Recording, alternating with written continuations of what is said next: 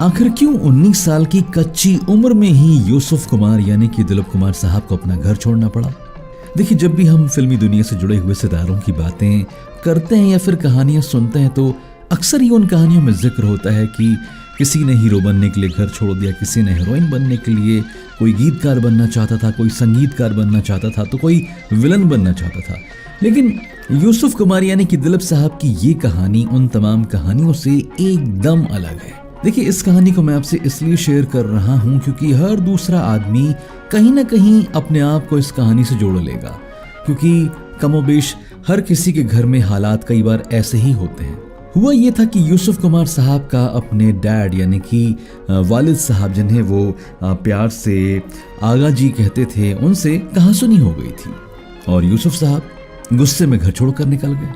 देखिए, ये हकीकत थी कि यूसुफ साहब और उनके डैड के बीच में कभी भी कड़े शब्दों का इस्तेमाल नहीं हुआ था, लेकिन यूसुफ साहब को अपने डैड की कोई कही हुई बात बुरी लग गई थी। दिलीप कुमार साहब अक्सर कहा करते थे कि उन्हें सच में नहीं पता था कि घर छोड़ने का ख्याल उनके दिल में आया ही क्यों था, लेकिन हाँ, वो ये जरूर कहते थे कि जब भी उनके डैड गुस्से में होते थे तो पूरे घर में किसी की भी हिम्मत नहीं होती थी कि वो अपने डैड से आंख में आंख मिलाकर बातें कर लें।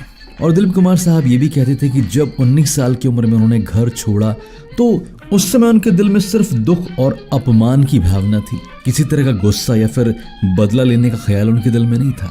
देखिए, ये उस दौर की बात है जब सेकेंड वर्ल्ड वॉर शुरू हो चुका था और यूसुफ कुमार साहब का जो परिवार था वो काफ़ी परेशानियों से गुजर रहा था। क्योंकि उनका फलों का कारोबार था और फलों के कारोबार से होने वाली कमाई काफ़ी कम हो गई थी, इतनी कम कि घर चलाना मुश्किल हो गया था। आप जानते ही होंगे, नॉर्थ वेस्ट फ्रंटियर जहां पेशावर पड़ता था, वहीं से फलों का आना रुक गया था। क्यों? क्योंकि लड़ाई के कारण गैर जरूरी चीजों की ढुलाई पर पाबंदी लगा दी गई थी।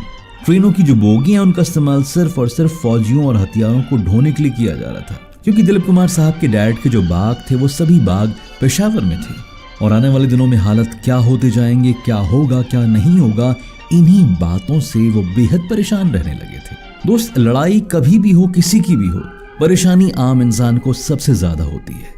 बड़े लोगों को फर्क नहीं पड़ता है, लेकिन एक आम इंसान को, एक आम नागरिक को बेहद फर्क पड़ता है।